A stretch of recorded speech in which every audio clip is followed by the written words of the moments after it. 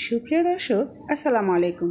যারা সাগরের মাছ খেতে পছন্দ করেন না, তারা যদি এভাবে তান্দুরি বানিয়ে খান তাহলে কিন্তু অবশ্যই আপনাদের সাগরের মাছ প্রিয় হয়ে যাবে। সো চলুন দেখে নেওয়া যাক আমার আজকের রেসিপিটি। এর জন্য আমি নিয়েছি এখানে টোনা ফিশ। এখানে টোনা ফিশগুলো ভালো করে ধুয়ে পানি ঝরিয়ে নিয়েছি।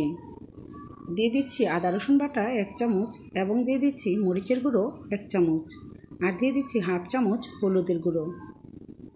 দিয়ে দিচ্ছি 1/4 চামচ গরম মশলা পাউডার আর তান্দুরি মশলা 1 চামচ। দিয়ে দিচ্ছি লবণ স্বাদ মতো, আর দিয়ে দিচ্ছি জিরের পাউডার হাফ চামচ। দিয়ে দিচ্ছি লেবুর রস।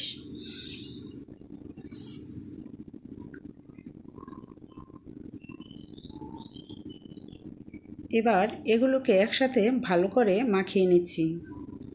যারা পেঁয়াজ বাটাটা পছন্দ করেন দিয়ে নিতে পারেন, তবে তান্দুরিতে পেঁয়াজ বাটাটা না দেওয়াই ভালো।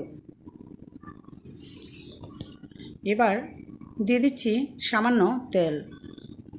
এখানে আমি সাদা তেলটা ব্যবহার করেছি, আপনারা ইচ্ছা করলে কিন্তু সরিষার তেল দিয়েও করে নিতে পারেন।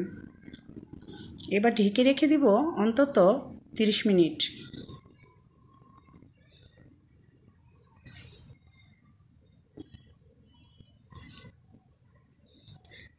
পর ফিরে আসলাম। এবার চুলায় একটি প্যান বসিয়ে তেল গরম করে দিয়ে দিচ্ছি মাছগুলো। আর মাছগুলো অবশ্যই লো হিটে সময় নিয়ে ভেজে নিতে হবে। এক পাশ যখন ভাজা হয়ে যাবে তারপর আরেক পাশ উল্টিয়ে দিতে হবে। মাছগুলো চুলায় দেওয়ার পর যে মশলাটা রয়ে গিয়েছিল সেই মশলাটা এখন মাছের গায়ে মাখিয়ে নিচ্ছি।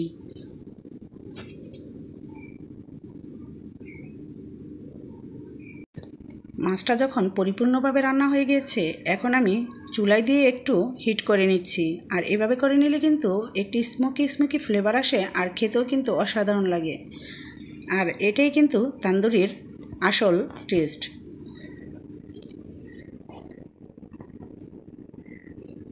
এভাবে প্রত্যেকটাই আমি আগুনে হিট করে নিয়েছি। এখন দিয়ে দিচ্ছি একটু ঘি। তান্দুরিতে কিন্তু ঘিয়ের ফ্লেভারটা অবশ্যই লাগে, না হলে কিন্তু তান্দুরি মাছের টেস্ট পুরোপুরি পাবেন না। চেষ্টা করবেন একটু করে ঘি দিয়ে নিতে। সো ভিউয়ার্স, আমার রান্না কিন্তু কমপ্লিট। ভালো থাকবেন।